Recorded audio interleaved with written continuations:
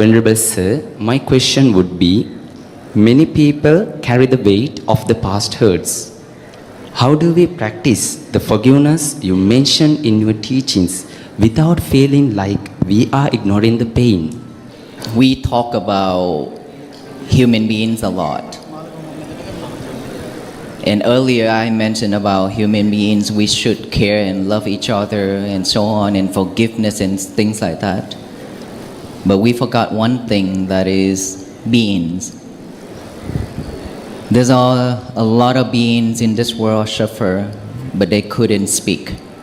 They couldn't say what they want, which is all kind of animals.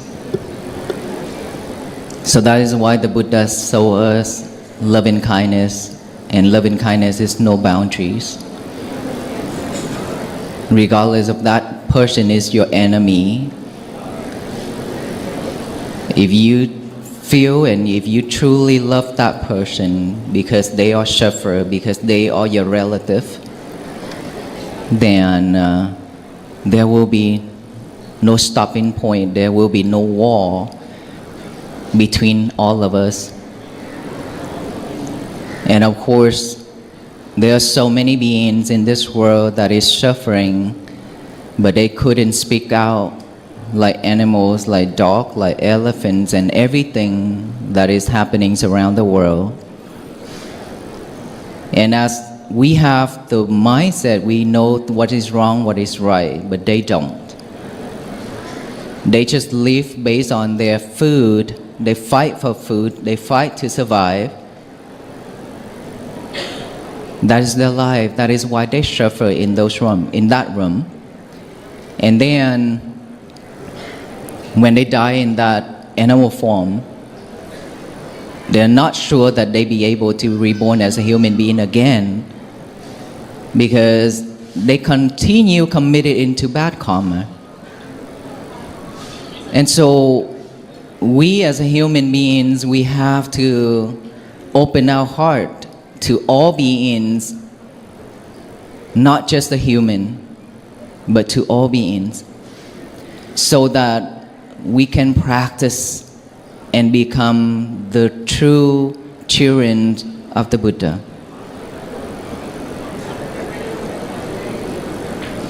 Sometimes loving kindness is not, we don't have to think it's so big. We can just look at within our family members, our small community, and our world, our inside world, not the outside world. Inside of this world have all kind of wild animal. It means all kind of defilements, all kind of mind that is not wholesome. And that world is the same thing as the outside world. We are suffering every day like that. And we are not be able to kind for ourselves, because when we commit into something, then we get angry at ourselves. We regret.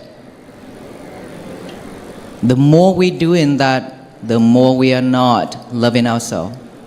That is why when I walk and I show people, can you just please put your left hand on top of your heart, and then the right hand on top of your left hand. Let us all do that then.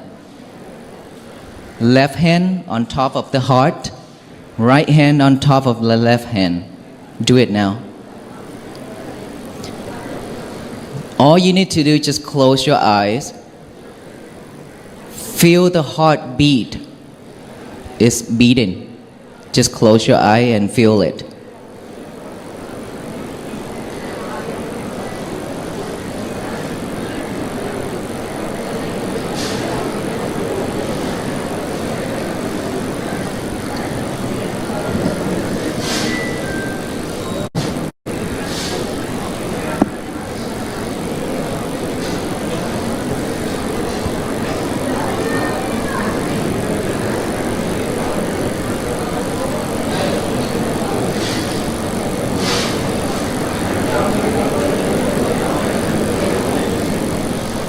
Because of unwisdom, I had done wrongful things to all beings. I am now asking for forgiveness. Because of unwisdom, I had done and committed into unwholesome things that hurt myself. I'm now forgiving myself.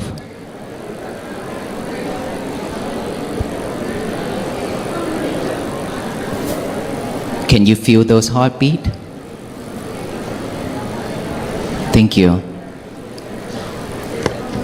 If you can reflect this, like this, just feel your heartbeat, feel that inner child is craving for help, craving for love. If you could do that, give yourself some love because it also needs love. You only feed this physical body with food, materials. But your inner child, which is your mind, also hungry. Every day. That is why it's shrunken. Now you need to feed that. You need to feed your inner child with kindness. That is how you start to radiate this metta, loving kindness to all beings. By mindfully doing that for yourself, ask for forgiveness from yourself. We are all beings, all human beings, we committed into so many things wrongful. Thoughts, speech, actions. But those are also the past. No one can change history. What is already done is become history. We cannot undo it. But what we can do is to ask for forgiveness for ourselves, from ourselves, and let it go. Whenever those thoughts pop up again, take a deep breath. Feel your inner child. Give yourself some love. Move on to the next step. Instead of holding all those regretful things. If we can do that, we are practicing mindfulness, we are practicing loving kindness, metta, to us. What about the animals? They can't do all that. They cannot do all that. That is why we as human beings, we have the ability to do that to help, which is don't hit them, don't kill them, don't hurt them. You know why we don't do that? Because they are also our relatives in many past lives. Talk about Aloa. Aloa was a stray dog following us on the journey of walk in India and Nepal on day 6 from Kolkata, India. By the time he saw us walking and he joined the team, at the beginning he was afraid to get closer to the monks when we tried to feed him and give him water. He's still scared because he was a stray dog. And that's why now you can see wherever he goes, if he sees dogs, he just wants to protect himself. That's why he growled. Because he's scared. He's been into many fights. Even though when he walked with the monks, he encountered a lot of fight with the wild animals and dogs. That is why he always protected. But why he stick with us that much? I truly believe he was a monk before too. It's just because of Sila maybe. He became a dog. And now he found the way again. That's why I named him Aloa, light. Hoping that he will find the light of wisdom to liberate all kind of suffering, to gain the nirvana stage. That's why I named him Aloa. It means that we have some type of connections in the past. That is why he follows us that way. That is why now he's on the peace mission, same like the monks. There are so many people love and care for him. He has millions of fans and followers all over the world. So they care for him so much. You know, the journey for him to come to Sri Lanka is very difficult. And not many people wanted him to travel. They care and they protect him. And they also talk about me being not caring for him too. But I always said, he has his own mission, same as the monk. Even if we die, we are okay with it. We are happy to die to bring peace to some people. Just a stray dog could do that. Means that there are so many more animals out there could be able to do that. It means that we have the connection together. If you learn the Buddha teachings, you will find out that in many suttas, Buddha talk about that dog is watching out the goal that he was buried in his previous life and now reborn as a dog and then just stay in there and watch out those goals and things like that. Remember? So tell us that they are our relatives. And in the future, we will become relatives again.